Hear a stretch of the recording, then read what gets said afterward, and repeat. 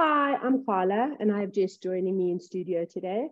Thank you for practicing with us. Today's practice, we will be including quite a little bit of floor work as well as a lot of standing poses. You may need some basic props for your practice. You don't need a classic Iyengar strap or yoga strap. A little belt strap will do. Bricks will be useful, especially if you're not very flexible. And we're beginning today just sitting on a blanket to create a little bit of height, so that when you cross your legs, you're able to settle the thighs down. When you come to this pose, Vrksasana, take a moment here just to settle the knees. If you are uncomfortable in this position, feel free to take a little bit more height support under the buttocks so that you can get that elevation of the spine right from the sacrum. Keeping the chest nice and open, bring the hands together in the prayer position. On an exhalation, let your eyes close. You're coming to the breath. Just feeling how the inhalations move into the body, how the inhalations help to open the chest and extend the spine. And with each exhalation, there's a sense of release of any tension in the body, a sense of quietness. Each exhalation, you're also using to keep the abdomen back towards the spine to maintain that support and extension of the lumbar spine.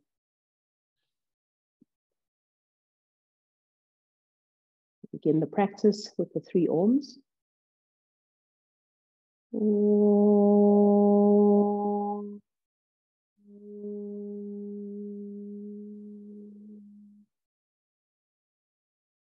Om.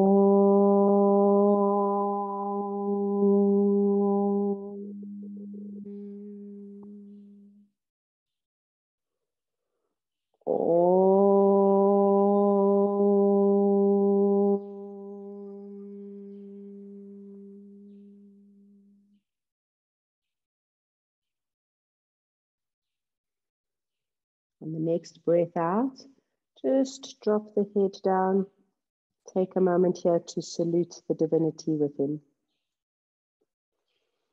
On the next exhalation, release your hands into your lap, lift your head up on an inhalation, let the eyes gently open.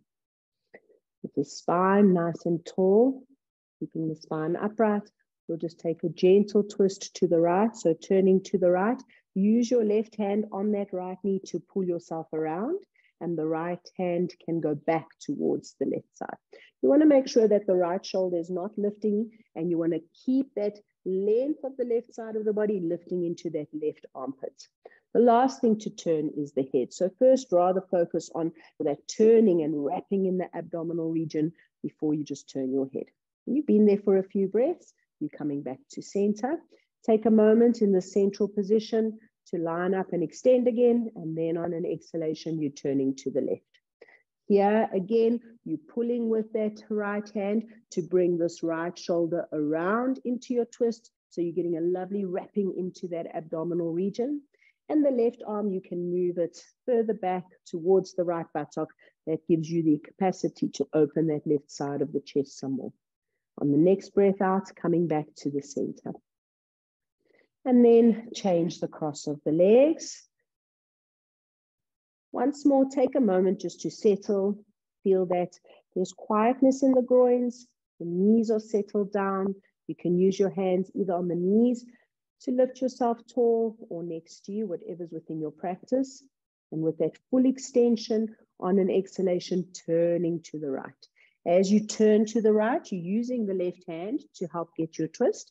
But once you're in the position a little bit more comfortably, you can turn the back of that hand so that you'll get a lot more openness in this chest region as that bicep rolls out. You can also move that right hand into the crease between that groove between the thigh and the groin. When you've been there for a few breaths, come back to center. Stay there for a moment that you can line yourself up. And then we'll go to the second side. As you twist, first establish that turn. Once you've turned, by rotating right from this right bicep and taking the back of the hand against the knee, you get that lovely openness in the right side of the chest. And you can bring the left hand around so that you've got a little bit more leverage just to turn a bit deeper. From there, you'll exhale and release gently back to the center, where you just settle and line up again. Right, so this is where you're going to now have your strap handy. We're beginning in Supta Tadasana. Supta means lying down or sleeping, and Tadasana is the mountain pose. You can use a blanket for your head if it feels comfortable for you to have a little bit of softness under the head, or if you have a neck injury, then it's absolutely nice to have a little bit of support. In Tadasana, the hands are at your sides. So in Supta Tadasana, the same. In Tadasana, you try and keep the front thighs back and the abdomen lifting up. And in Supta Tadasana, the same actions apply. You want to settle the thighs down, press the thighs down, and have an absolute extension through the legs. You'll see Jess is doing a nice job of keeping the feet in Tadasana. For many people, when we lie down, the soles of the feet kind of come together. So here, make sure you've got a lovely stretch through the inner line of the leg. We're going to come now to Eka Pada Pawanmuktasana. Eka Pada Pawanmuktasana, bend up the right leg and you're hugging your right knee into you. Make sure here that the right bum doesn't sort of swing out to the side. You want to keep this length in the right side of the waist, and the right buttock bone kind of has to move towards the left foot. Feel that evenness and alignment of your back and your sacrum along the floor. Pawanmuktasana is a nice, easy pose, just warming up into the hip. And we're going to do a few variations of Supta Padangusthasana. Supta Padangusthasana, taking the strap around the ball of the foot, and we're extending the leg completely. So in Supta Padangusthasana, you still want this length in the side of the body that you had when you were doing Eka Pada Pawanmuktasana. So it means that as much as you're extending the leg and focusing on the extension of the leg, you also want to move the root of this right thigh away from the right armpit so that you've got lovely length and that the sacrum is in a level position. If you want to work a little bit harder on the back of the leg, you can turn the toes towards your face and stretch the heel away from you. That extends the back of the leg nicely. And then keeping that full length in the back of the leg, lift the big toe mound up to the ceiling and you'll get lovely action in the front of the leg too. Keep the neck and the throat soft. If you have the flexibility, you can start to widen your elbows and see will that leg come. When the leg comes, make sure that you are keeping the leg absolutely straight and you're keeping that extension in the right waist. You're going to take both straps in the right hand. We're going to move the right leg out to the side into Parsva Supta Padangusthasana. If it's challenging for you, you can move this left foot out to the side. Otherwise, keeping it in the center, move that right foot out to the side. As a beginner, absolutely you can rest the elbow on the floor. If you're able to reach the foot and you don't need a strap, go for it. In Supta Padangusthasana, you're trying not to let the whole body capsize with that right leg. So from the right heel, draw back towards the right hip. This right outer thigh, instead of plummeting to the floor, can you engage these muscles and feel that they're lifting so that you can turn the abdomen from the right to the left. Taking the left arm out to the side is also quite helpful, or some people prefer to have the left hand onto the left thigh just to encourage it to stay down. Do what feels right in your own body. Bring the leg back up to Supta Padangusthasana 1. You can bend the knee if you need to. And a lovely glute stretch we're going to do now. Swap hands with the strap, or put the strap in the left hand, keeping this right leg straight, keeping that root of the right thigh moving away from the waist. Cross the foot just slightly past the left hip. So you can go into the full twist. For today, we're just coming slightly past the left hip.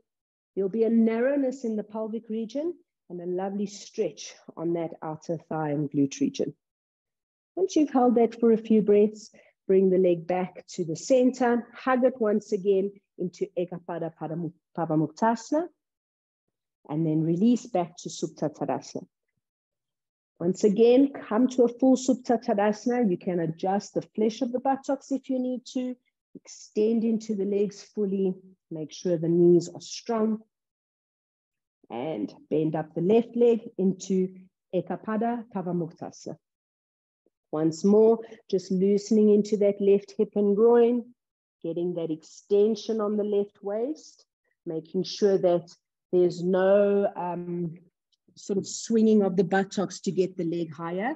You want the buttocks absolutely level. From here, placing the strap around the ball of the foot, extend the leg to Supta Padangusthasana 1.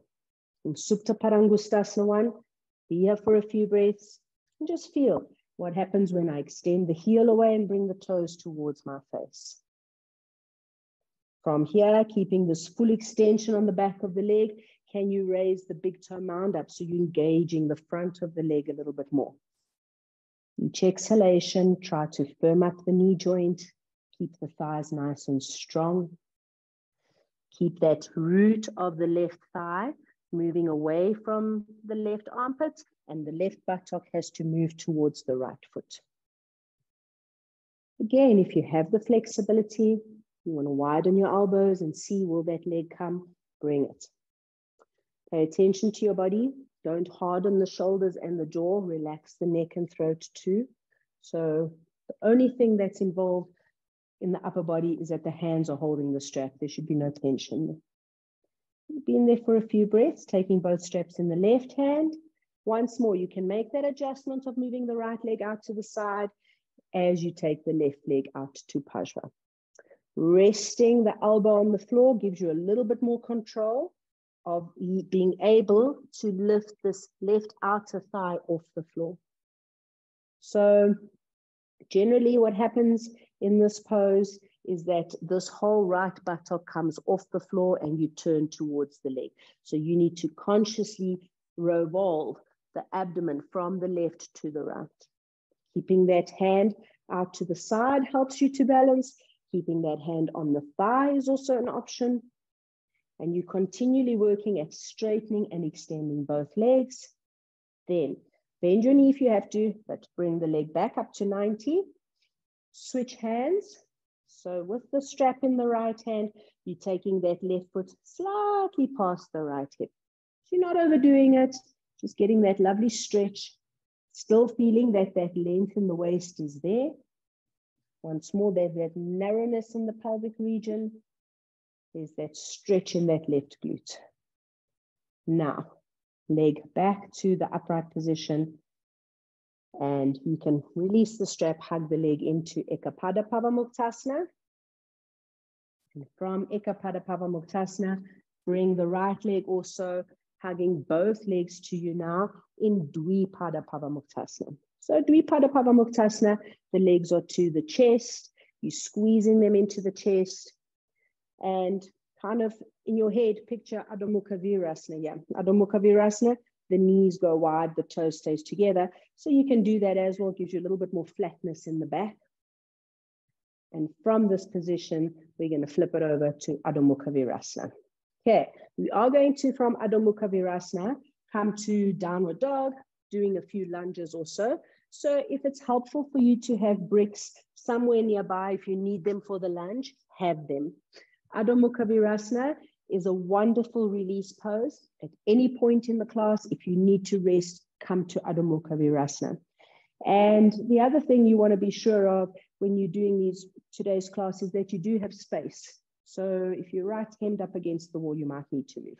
From Adho Mukha Svanasana, we're coming to Adho Mukha Svanasana, downward facing dog. So hands are shoulder distance apart, you turn your toes under and into downward dog you go. It is the first downward dog of your practice today, so don't stress about whether the heels can come down. All you're wanting to do in this downward dog is extend the spine, extend the legs, extend the arms, just get complete freedom and extension in the limbs and the back. Be watchful that you are not scrunching the shoulders. So as you press into the hands, the triceps coil slightly towards the face. And as you press into the hands, you also are trying to push off the floor and move from the root of the thigh back. That will help to lengthen the spine. That will also help to begin to get the heels to descend if you're unable to. In Adho Mukha Svanasana, we're going to now do leg raises. So bring your feet together so that you're more aligned. And we're lifting the right leg up, keeping the sacrum level. So you may not be able to lift that leg very high, and that's fine. As you lift that right leg, can you focus on lifting the root of this left thigh, which is what we were working on in the lying down position, and the root, the inner right thigh has to lift. Then for the last few breaths, just open up the hips and let that leg fly. Feel the freedom in the groins, and then replace the leg. With the feet together again, extend the left leg up. As you extend the left leg, it's the left inner thigh that rolls up, and you're maintaining a firm lift and grip of this right outer thigh so that the sacrum is level. When you've been there for a couple of breaths and held Eka Pada, lift and open that hip, the hip, and lift that leg as much as you can. There's freedom here now. It's a lovely way of doing it when you just don't worry about alignment. Then come down and release into Adho Mukha Svanasana. Adho Mukha Svanasana between poses. If you want to make it more restorative, rest your elbows on the floor. It helps to soften the shoulders. And if you do have a neck issue and you want to hold Adho Mukha Svanasana more comfortably, then a little bit of support underneath the forehead, helps you just to rest a bit more if you are unable to convincingly get your head on the floor. Coming back to an active Adho Mukha Svanasana now, you're extending the arms forward, keep the hands shoulder distance apart, locking the elbows, turn the toes under and come to Adho Mukha Svanasana. Classic Adho Mukha Svanasana with the feet hip distance apart. Now we're coming to a lunge. So step the right leg forward in between the two thumbs if you can manage. If the leg doesn't come and you need to help it along, go for it. At first, be on your fingertips. If this isn't enough space for your chest and your spine, if your hips are tight and you want a brick for Anjaneyasana, then absolutely take a brick. If you don't need the brick, set them aside.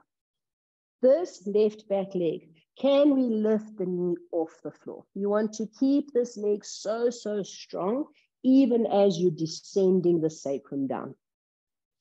You still are trying to keep the hips level by extending the root of this right thigh. All the actions we've been doing in Supta Padangusthasana definitely apply here.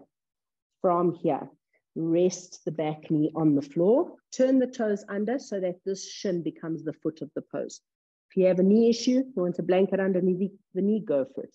Here, keeping the buttocks descended, you can either take your hands onto the knee to help you lift off, or just lift straight up into Anjaneyasana with the arms up. This is the crescent moon pose. So you want that half moon shape. If it's within your capacity to do a little bit of a back bend, then keeping the shoulder blades in, lift the chest, move the arms back, look up. Nice breaths. And on an exhalation, you can release the hands down. On the bricks or not, up to you. Now we're straightening the front leg. Straighten the front leg, the right leg straight. You shoot the buttocks back, leaning on that left knee. If the foot doesn't stay down, that's not a problem. If you want to lift it up onto its heel, it's absolutely fine. What you're trying to do, though, is just get a nice extension in that front leg. As you extend that front leg, also extend your body forward along that leg. So you can start to move your hands a little bit forward if you'd like. Now, because you are in Anjaneyasana, this distance for this next Parsvottanasana is not correct, but it's a really nice way of doing Parsvottanasana from here. So unless you need the bricks, you don't have to have them. You're going to turn the back toes under, and you're going to straighten that back leg to Parsvottanasana. So here you're really low. It's a wide-legged Parsvottanasana. You've got the support of the hands. You're not going to go into the full forward fold, but rather as you extend your legs and shoot your hips back, can you extend the spine and take your breastbone forward? So it's just a nice, long, wide Parsvottanasana. To come out of this, you're going to bend the right knee again, place your hands on the floor and come to Adho Mukha Svanasana once more, downward facing dog. As I said, if at any point you need to rest in Adho Mukha Svanasana, you do. Otherwise, straight up from Adho Mukha Svanasana, can we bring the left leg forward into a lunge? To make this lunge effective, You have to keep this back leg straight so that you're getting the stretch along that front thigh and that hip flexor region on the right. Try not to let the buttocks swing to the left. You want to keep this length in the left waist, keep the hips level. You're stretching into that back leg, but you're also stretching your breastbone forward. Once you've got that lovely length through the front right leg, keep that length and take the knee to the floor. The right shin now becomes the foot of the pose, and you're coming to Anjaneyasana, lifting from the pubic bone to the navel to the breastbone. As you extend the arms up, remember it is a little bit of a back bend, so start to look up, start to lift your breastbone, take the shoulder blades in. When you're looking up, you can feel a bit unbalanced, so keep your gaze soft, keep the breath flowing. Then on an exhalation, take your hands down and straighten that front leg. As you straighten the front leg, once more, you're paying attention to this level sacrum and that extension along the front of the chest. So because you're low here and that back leg is straight, you've got more capacity to get this contact between the abdomen and the thigh, which is what you're going for in forward bends, getting that length versus just bending forward. From here, turn the back toes under, come to Parsvottanasana. So once more, because the legs are nice and wide, see, can you maintain this contact of the abdomen and the thigh? So you're not bending forward, but rather extending the front of your body along that leg. Keep both legs strong and the hips as if they are moving back, and against that stability of the hips, extend the chest forward. From here, you're going to bend that left knee, come back to Adho Mukha Svanasana, downward facing dog. Feet hip distance apart. And then bringing the knees to the floor, take the knees wide, toes together, rest in Adho Mukha Virasana. If you have time, you can repeat these lunges and the leg lifts. But for now, we are coming to the standing poses. So once you have rested, walk your hands back and make your way to Tadasana. Tadasana is the standing pose. It is your basic standing pose, and it is the mountain pose. So you're standing tall, still, and steady like a mountain. The kneecaps are drawn up, your legs are engaged. Press into the heels and feel what action that gives you in the legs, and are you able to grow tall out of the heels? Uttitha Hasta is bringing the hands just in line with the shoulders. So we're coming to Uttitha Hasta Tadasana. Keep the thighs back as you take your arms up, and try not to let the whole abdomen protrude forward. Keep the abdomen drawing back to the spine. Don't forget to breathe. If you're able to bring your hands together here, then see how does that go. We're doing Vrksasana next. Vrksasana, the tree pose, is with the hands touching. So exhale, release the hands, come to Tadasana. Vrksasana, if you need support of the wall, if you don't have balance, be close enough to the wall. For Vrksasana, we're bringing the left leg up, balancing on the right leg. Take your left leg up right at the root of the right thigh. Find your balance, keep your gaze steady. When you're ready, you'll extend the arms up. You want to make sure that when you come into the pose, you're not leaning into the hip. So make sure you're standing tall and strong on your Tadasana leg. This left knee has to move back so that the left groin can stay nice and open. You've been there for a few breaths. Release the hands, release the foot. Make your way back to Tadasana. That didn't go so well, you're also welcome to lean against the wall. And when you come to Vrksasana, on the other side, be against the wall. So balancing on the left leg, bring the right leg up. Right foot pushes into the left thigh, but without letting the left hip go out to the side. Left outer thigh has to push also. You can push yourself off the wall. When you're steady and balanced, your arms can extend up. If it's uncomfortable to keep the palms together, keep them apart until you learn to be able to get them together. It's fine. You're keeping that standing leg firm, and this right groin is open by moving the right knee back. After a few breaths, you can slowly release the arms and release the leg and make your way back to Tadasana. So if Vrksasana went well and you're okay with your balance, then we're going to work into Uttitha Hasta Padangusthasana and Uttitha Hasta Padangusthasana 2. So 1 and 2. First, just to test the balance, we're going to go to Eka Pada Pawanmuktasana. So it's what we did on the floor, but now you're standing in this position. So just feel how that goes. Check how the balance goes. You want to bring your hand to your foot, but you're not bringing it on the outside. On the inside, see, can I hold my toe with my right hand and then extend the right leg? And that might not go so well. You might end up being all skew and crooked. If you're unable to extend and be straight, then you can take a strap. So we'll do a short, quick one and then release. And then let's try Eka Pada Pawanmuktasana to the other side. So we're just warming up, just feeling, exploring what this Uttitha Hasta feels like. From Eka Pada, bringing the hand to the toe, extend the leg. Feel in your own body. Is that standing leg straight? Is my shoulder coming all the way out to reach the foot? Am I straight? Release and come out of it. Okay, so ideally what you want to do is not have the shoulder going towards the foot.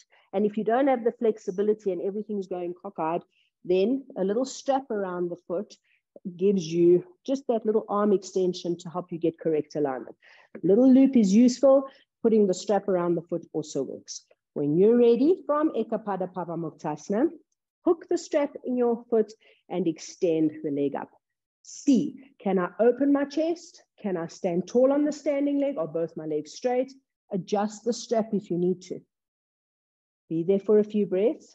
Now, to test your balance, let's go to Uttitha Hasta Padangusthasana number 2. Try to keep the gaze steady. You can take the opposite arm out if that's helpful for your balance.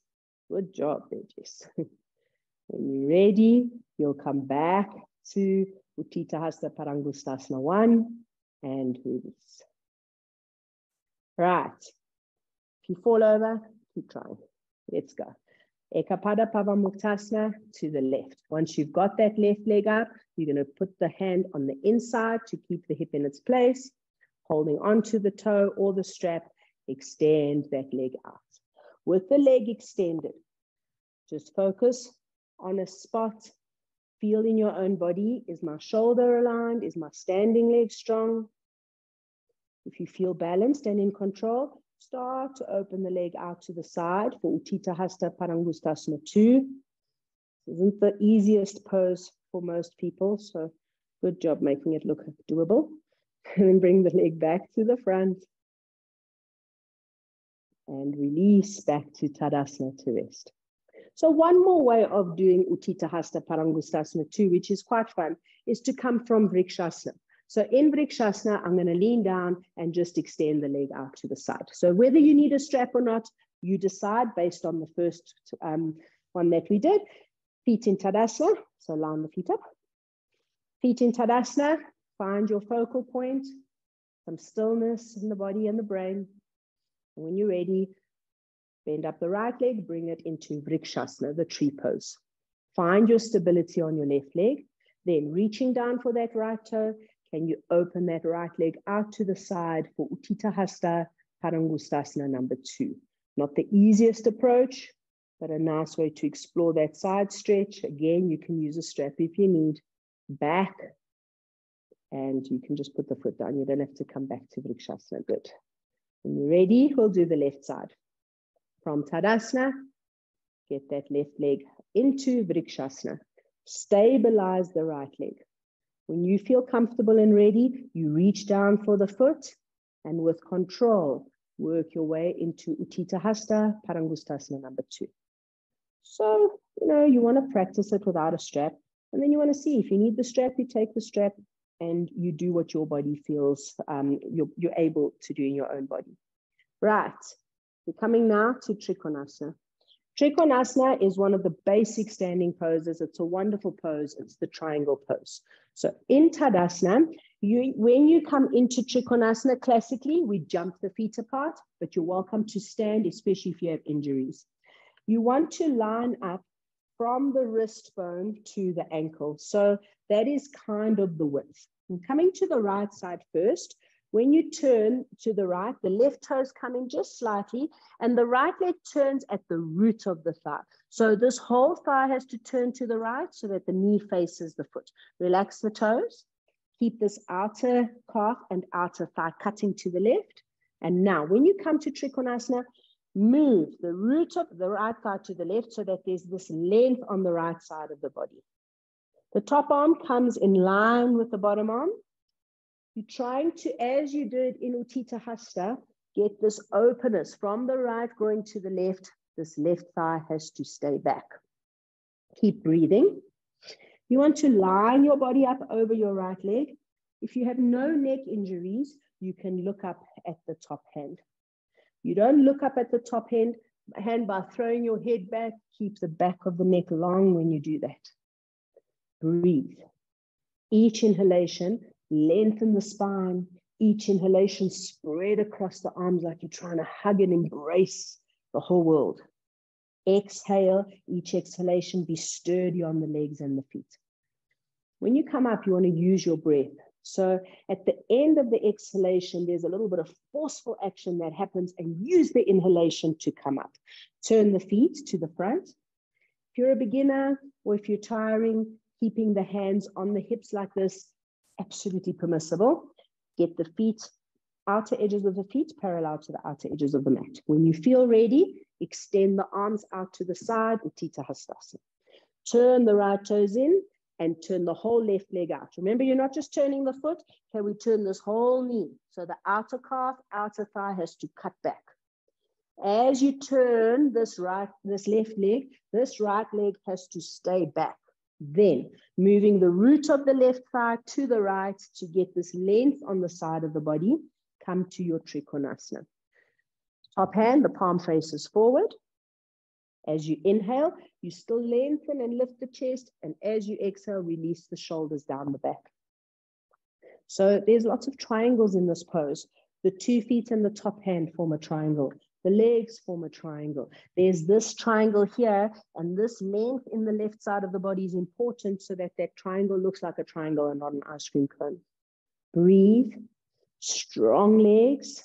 Each inhalation, you're finding that openness across the chest. And then when you feel ready, push off on the exhalation and use the inhalation to help you to come up. Turning the feet back to the center. Either step or bring them with a nice jump back to Tadasana. This Tadasana, softly relax the muscles of the body. Just find your breath again. Feel the sensations in the body that Trikonasana brought you. We're coming now to Ardha Chandrasana. Ardha Chandrasana is the half moon pose. Ardha Chandrasana is a little bit of a balance. So if you're not very balanced, you can absolutely do Ardha Chandrasana like I am against a wall so that you don't worry about balance. If you don't have the flexibility to take your hand down to the floor, then keeping a brick so that when you come into the pose, keeping a brick to give you a little bit more height is another option. If you're using the bricks, you keep them at the back end of your mat. You're going to jump or step the feet apart to Trikonasana. Because we're moving to the right, you'll see Jess has positioned herself to the left of the mat to give herself space. So do the same. Again, turn the left toes in, turn the whole right leg out. Extend over to Trikonasana. You don't want to spend too much energy in Trikonasana here. Bend the knee, step the right hand forward and the left leg forward. So the right hand has to be underneath the right shoulder. The left leg, you're trying to extend it and at least get it parallel to the floor. What we did on the floor in Supta Padangusthasana, the root of this right thigh still has to move to the left so that you're not scrunching the right side of the body. In the classic position, you want to eventually open up and lean back into the pose and then turn your head to look up. Yes. Keep that back leg nice and strong. That back leg, you want to feel that this inner thigh is engaged and that outer heel is down. On an exhalation, you're going to bend that right knee with control to step back to your Trikonasana. When you've completed your Trikonasana, nice inhalation to come up.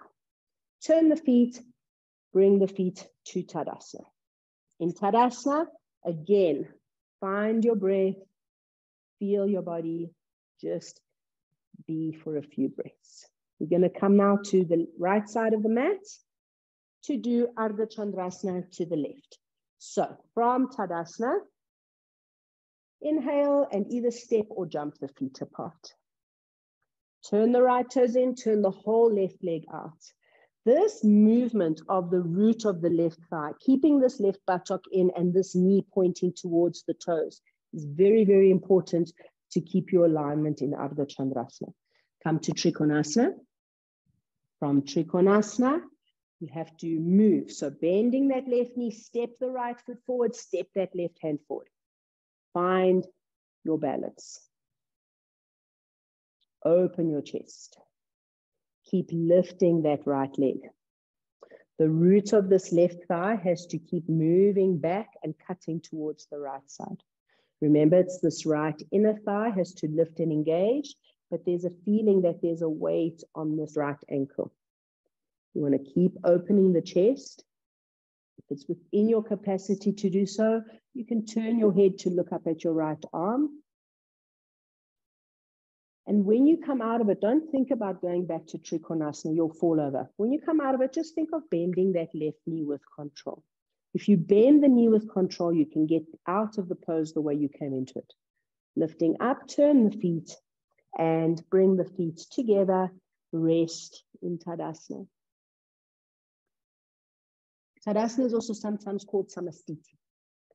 Right, Parsvottanasana, we did that very wide Parsvottanasana from the lunge, and now we're going to do it from classic, okay? So you may need 2 bricks, especially if you're not very flexible, and you want them somewhere near the front of your mat. When you step your feet apart, you want to step in the middle of the 2 bricks so that when I turn, the bricks are in line with my ankle. So coming to stand in Tadasana, either step or jump the feet apart. Okay, so keep your hands on your hips for a moment. The hips have to turn. In Trikonasana and Ardha Chandrasana, the hips stayed this way. So when you're coming to the right-hand side, you have to revolve right at the hips, turn the right foot and turn the left foot deeply. The right foot is completely turned, the left foot is deeply turned. Before you go into the forward bend, think about that back foot. Can you lift from your pubic bone, take the abdomen back? Can you draw the middle buttock forward and in? Then straighten that back leg strongly. Remember that lunge, how much work we did on that back leg. Keeping the hips facing that right foot, extend yourself either to the floor or onto the bricks. Bricks will give you just that extra support that you may need, especially if you're not very flexible. Here you can see Jess is doing a good job of keeping the sacrum level. Classically, most of us tend to open up the hips. So you want that right hip to move back and that left hip to move forward. You should be able to balance a teacup on the sacrum. From here, you want to again get that length in the front body. So as you move the roots of the thighs back, start to lengthen and complete a deeper forward fold. So you can drop your bricks or just take your hands to the floor. You'll notice the front foot, the weight becomes heavy on the outer foot. Can you keep the inner line of the foot also pressing down? If you are very flexible, you can lay your body along that right thigh as long as you can keep that right leg straight.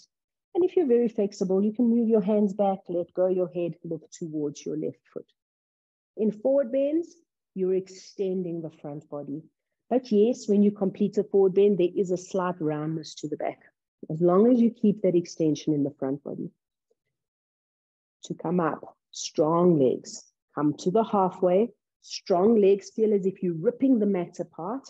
Lift yourself to standing. Turn the feet, and then step the feet together. So often, when people have been in this pose for a while, there's a little bit of fatigue that sets in, and then once they're here, they just step forward. That's not the way to come out of it. You want to train your hips and your legs to be stronger than that. Tadasana, from Tadasana, Uttitha Hasta Padasana. With the hands on the hips, that's a good indication of figuring out where your hips are. Turn to the left. These 2 hip bones have to be like spotlights facing that left foot. So this left hip has to come forward and the right hip has to come forward and the left hip has to move back. And you can feel with your hands whether it's stable. Are you already leaning forward, or can you lift the abdomen? And for a moment, be convincing on that back foot. Keep that back leg straight, even as you're asking that hip to come forward. From here, come onto the bricks. On the bricks, you now don't have to worry about balance so much. So can you really work on squaring off the hips?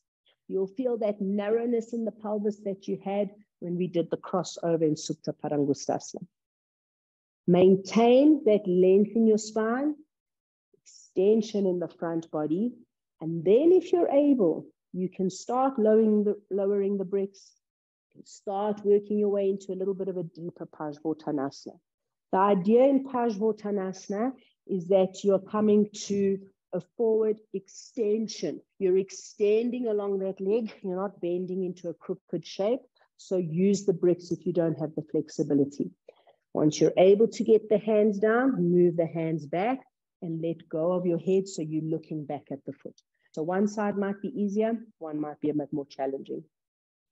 From here, strong legs, moving the roots of the thighs back, extend your chest forward to come up. Feel stable in the legs by ripping the mat apart with your feet. Turn, Tadasana. Have a rest in Tadasana. Soft inhalations and exhalations. You're not holding Tadasana tight here. You're just feeling your body. The next pose, if you're not very flexible, you may need bricks, but generally not so much. We're going to come to Prasarita Padottanasana. So, Prasarita Padottanasana, also a wide-legged pose. From Tadasana, step or jump the feet apart. Again, when you extend your arms at your side in Uttitha Hastasana, the alignment is that the ankles are underneath the wrists so that you've got a nice wide stance. Bring your hands underneath your shoulders on the floor. So bending forward, hands underneath the shoulders. You're coming to a tabletop back. If you are very flexible, make sure you're keeping the front ribs off from the floor. The abdomen is back to the spine. Keep the legs nice and strong. Like I said, if you're not very flexible, you can use bricks. Otherwise, hands on the floor is great. If you are able to go further and deeper into the pose, you're keeping that extension in the front body, you're moving your hands back in line with your feet. The buttocks stay straight and the sacrum has to dive in as you start to bend the elbows to release the head to the floor. So it doesn't matter if your head doesn't get to the floor. This is why lots of people try to go really super wide in Prasarita Padottanasana to be able to get down there. And then you end up just destabilizing your whole pose and it's really pointless. So just be here. The legs are strong. Feel the grip of the knee. Feel the legs lifting up even as the spine descends. And this is one of those poses that kind of, as you let it simmer and percolate, it really does come.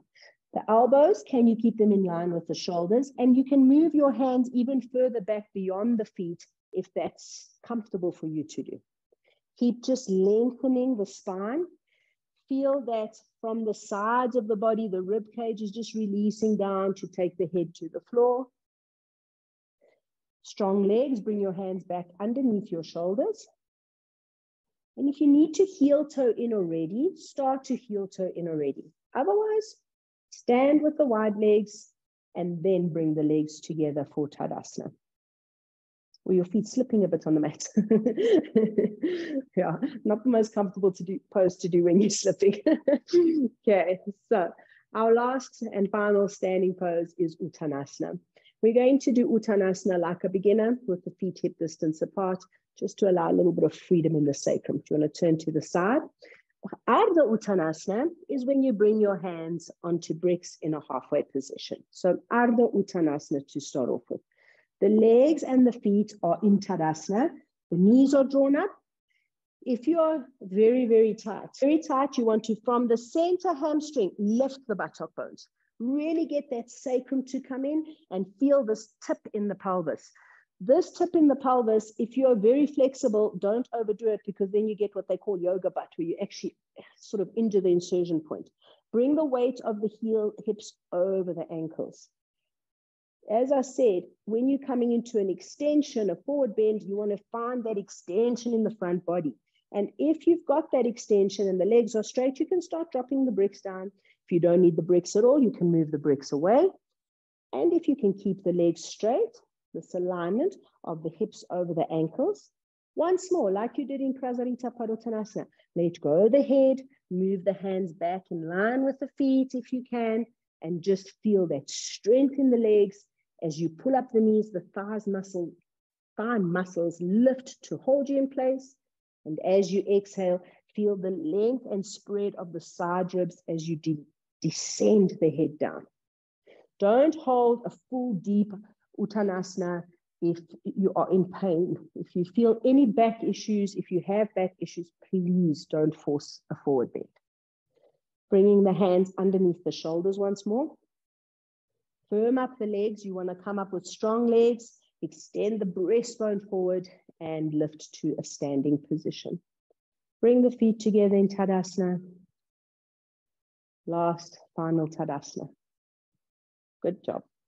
Right, we're coming to a seated pose now called Upavistha Konasana. Upavistha Konasana is taking Prasarita Padottanasana, that forward bend you did with the white legs, and basically bringing it to a seated position. Once more, if you need a blanket underneath the buttock bones, you take a blanket underneath the buttock bones. You know that you need height underneath the buttocks. When you are seated, sorry, just hold your neck. When you're seated, if your sacrum is hanging back and you can't get there, you have to take height under the buttock bones to sit. If you can bring the sacrum into the body, then you don't need a blanket. Right, with the legs wide, only comfortably wide, make sure that the feet are lined up to the front edge of the mat so you're not sitting skew. And once more, that sacral region is lifted off the floor. You can take your hands next to your hips or in front of you, whatever's comfortable for you, to assist you in getting this length up of the sides of the body. The forward bends we've been doing have been standing forward bends. Here, you may not have the freedom of the buttocks, so sometimes seated forward bends are harder for people. Start by bringing your hands just in front of you in line with your knees. With the fingertip pressure, can you pull the breastbone forward? And if that's as far as you can go, that's where you practice. You want to keep the outer thigh grounded and stay on the center heel. When we start to come forward, often we'll roll onto the inner thigh. So make sure you keep the buttocks, outer thigh grounded. You can start to bend the elbows. See, can you come onto your forearms? If that's within your practice, great. If it's uncomfortable, if there's a pulling, stay here. Don't go further. Classic Upavistha Konasana is holding onto the toes. So if you're able to do that, if your body just suspended here isn't a challenge for you, you can do it. If you're able to complete the pose and go flat to the floor, then great. If it's not in your practice to do that, and you want to practice this pose and you want to get better at it, a nice idea is to take a bolster or some folded blankets, and then when you come forward, there's something for your body to rest on. And you kind of almost have the sensation that, okay, I can let go. My abdomen is supported, I can let go. Possibly the head to the side might not be the best idea. And if you don't want to squish your nose, folded blanket for your forehead will provide just that little extra bit of comfort. If you are working into this pose, unable to reach your feet, you can put a little strap, and by hooking your fingers into the strap gives you access to Upavistha Konasana. Lots of ways to practice this pose. One of my favorite seated poses. Use your hands to come up, especially if you're a beginner and if you're a little bit tight, you don't want to injure yourself in this pose. This is one of my favorite poses, but it's also the pose that gave me my first ego injury. Right, so from here, bring the legs together. If you are a beginner, don't take the feet completely together. We're coming to Paschimottanasana, which is the full forward fold. The closer together you have your legs, the more intense that forward stretch is going to be. The closer together you got your legs, chances are good you might need a little bit of height to sit on. For now, because it's our final pose for today's practice, we're going to take support of a blanket. When you sit down, you make sure that the buttocks are on the blanket, but the thigh is free. So it's just lifting the buttocks a little bit, buttock bones, so that the sacrum can come into the body. If you're a beginner, if you're very tight, if you're menopausal, you can take the feet in line with the hips. If you're practiced and you're able to keep them together, then fine. Coming into a forward bend, you take the strap around the ball of the foot, hold onto the strap, and use that leverage to now extend the front body more. Okay. Lots of people don't need a strap, but the strap is a nice way to just practice if you're not very flexible. If you don't need a strap, you can start to bring the hands to the feet. And if you're super flexible and are able to complete the pose, then you widen the elbows, lengthen the front body, and you want to lay the abdomen onto the thighs as you come forward. Soften the shoulders. Keep breathing. Some people, this is super, super challenging. So again, if you want to put a bolster on your lap, if you want to put a blanket for your head to sort of hold this pose longer, then absolutely go for it. From here, come to the halfway lift, stretch your chest up, and then bring the hands back at your sides in Tadasana. Okay. From Tadasana, we're going to repeat Paschimottanasana. You can either, as a beginner, repeat it like we just did, going straight for the feet, or we'll try and intensify a little bit. Taking the arms overhead, find that length. Imagine you being pulled up with that extension, come forward. Reach far beyond. So you can see Jess is rather flexible. So to challenge, you can even hold on to some bricks to get that length. So you give yourself leg extensions if you have the flexibility. And then the last thing to do is let go of the head. So Paschimottanasana is a lovely stretch of the back body. The whole back body, not just the back, stretches the glutes, the hamstrings, the back of the calves. It's a wonderful, wonderful release. However, again, back issues, pay attention to forward bends. You really, really, really want to go into your forward bends gently and with that extension. Now bring the hands back at your sides, back to Tadasana, and we're releasing. Okay, we are finishing off in Setu Bandha and then a Viparita Karani. So Setu Bandha is a pose that is often given in place of shoulder balance. We haven't done any inversions in today's practice. So Setu Bandha is going to give us that little bit of a Jalandhara Bandha action that we get in shoulder balance. Setu Bandha can be done without support, but because it's the end of our practice, we're going to use a brick under the sacrum. You want the brick into the tailbone, so some of your sacrum is on and some of your buttocks. It's not on the butt and it's not in the back waist. With the brick in your hand, you're going to press into your feet, lift the hips. You can keep the feet apart and take that brick into the sacrum. This brick may feel insurmountable to you if you're a beginner. So if you want to take it onto its side and build up, you do. Keep the feet pigeon-toed rather than duck-footed.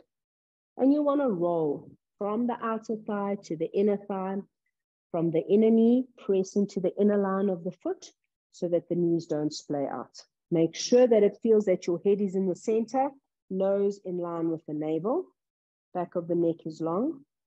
And the buttocks are supported, not the shoulders, but yet the shoulder blades still have to lift off the floor to bring the chest to the chin. You can bring the hands closer at your sides. You can also interlace the hands behind and use that to really get onto the tops of the shoulders. Setu Bandha, you can release your hands whenever you're ready. Setu Bandha can be a restorative kind of pose. Here you're getting a release in the hip flexors. There's a quietness in this pose because of the Jalandhara Bandha action. But classically, it's done without a brick, so you're using your own hands to support you.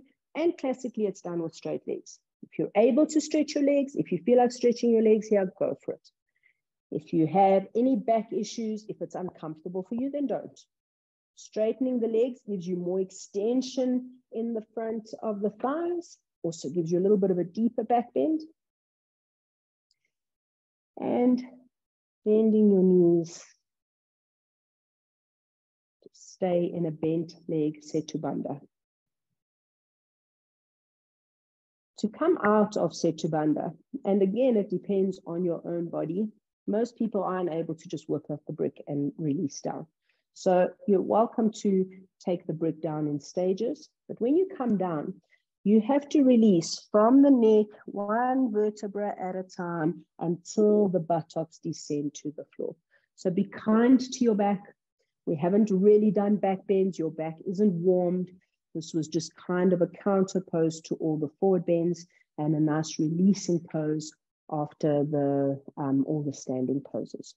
Once you're flat on the floor, you can bring your legs back up into Eka Pada Pawanmuktasana that we did at the beginning of class, so bending both knees.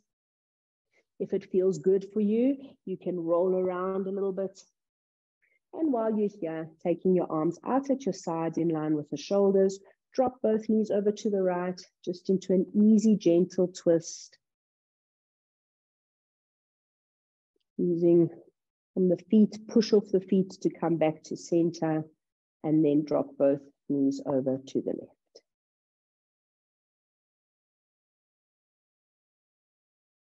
After a few breaths, back you come. Right, rolling onto your side to come up. Viparita Karani is usually done with the sacral region from the base of the shoulder blades, the lower back and the sacrum is on support. We're doing it as a restful restorative pose today. We're not going to use props. We're just doing straight up legs up the wall. Okay, legs up the wall. One of the easiest ways to get into it is either to forward roll into the wall or just side shuffle and then roll the legs up the wall. Here with the back flat, you're not getting, can you straighten your body up? So make sure your shoulders and your hips are aligned. You don't want to be sitting skew. So take time to get into it. Now, with the back spread along the floor and the legs raised, this is a flat Viparita Karani. So it's classically not really Viparita Karani, but it still gives you the lymphatic benefits, the cardiovascular benefits, and there's a nice quietness and release that happens in the body. Make sure that the back of the neck is long so that from the forehead to the chin, there's a slope down. So tucking your chin just a little bit. Yeah. I think it might be your ponytail in the way. The legs are extended, but they're in a restful, comfortable position. The arms are just at your sides. And already as if you're going into Shavasana, relax from the shoulder right to the fingertips. We've done a lot of standing poses, so this is an opportunity for the legs to get some rest.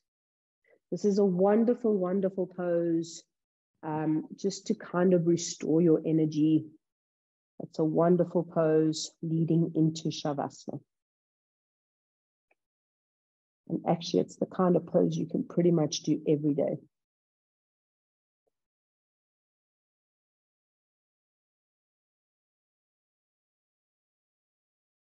So to come out of it, you'll just bend your knees and roll out to the side. If you have more time, and you want to stay in it, feel free. Here we're now coming to our last and final pose, Shavasana. Shavasana is also a pose, so pay attention getting into it. When you lie down, you can use a blanket if you'd like to. The blanket for the head is nice. It creates a little bit of softness, and it also helps to get this slope from the forehead down to the chin. The blanket supports the head and the neck right up to the shoulders. You'll see Jess has kept her knees bent. To start off with, that's a wonderful way of going into Shavasana because it gives the abdomen a chance to settle down. But also because of the shape of the back, the buttock flesh is automatically away from the back of the waist, which is critical in Shavasana, so you don't get a pinching in your lumbar spine. When you've got that settling feeling in the abdomen, when you feel ready, one at a time, just skim the legs along the floor and then let the feet flop out to the sides. You want to make sure none of your other props are around, nothing is touching you, nothing is going to bother you. Before you let go completely, be in your body. Feel, is my spine centered? Does the left and the right sides of the body feel evenly placed from the midline? Is my back spread along the floor? Is the skin of the upper back and the shoulder blades away from the neck? If you adjust that, do you need to then adjust the flesh of the buttocks? The back waist should be long. On an exhalation, if you haven't yet, close the eyes. And then you're just coming into your breath. Shavasana is not so that you can have a little snooze. Shavasana is a conscious relaxation. You are present in your body. And that presence is made easier if you hold your attention to your breath. Feel the smooth, silky inhalations and the peaceful, releasing exhalations. If you keep your mind attached to your breath and your body, then you have less chance of falling asleep. You have less chance of your thoughts wandering and trying to keep a quiet mind. So if thoughts come, acknowledge them, release them, come back to your breath, come back to that breath, releasing tension in the body. You're going to hold a few quiet moments of Shavasana here as you absorb and appreciate all the benefits that this practice has given you.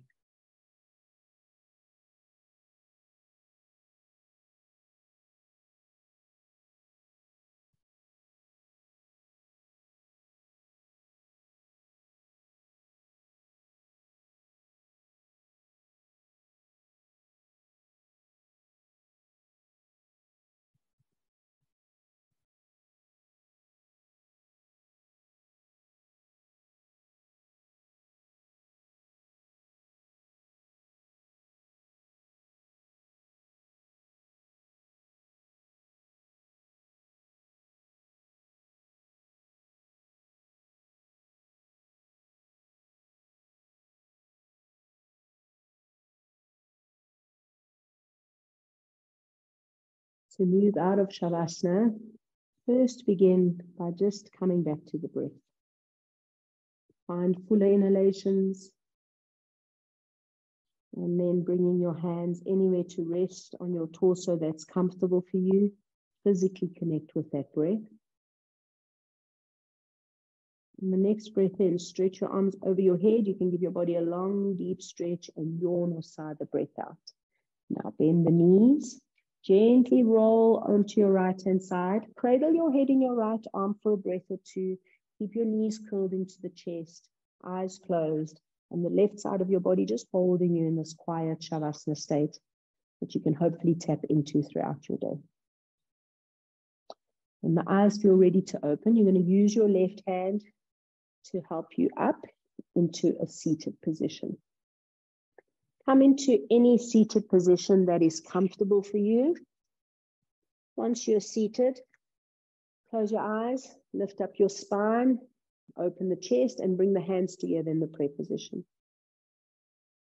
With the eyes closed, you're just coming back to the breath. Feel those inhalations slowly bringing you back to full consciousness.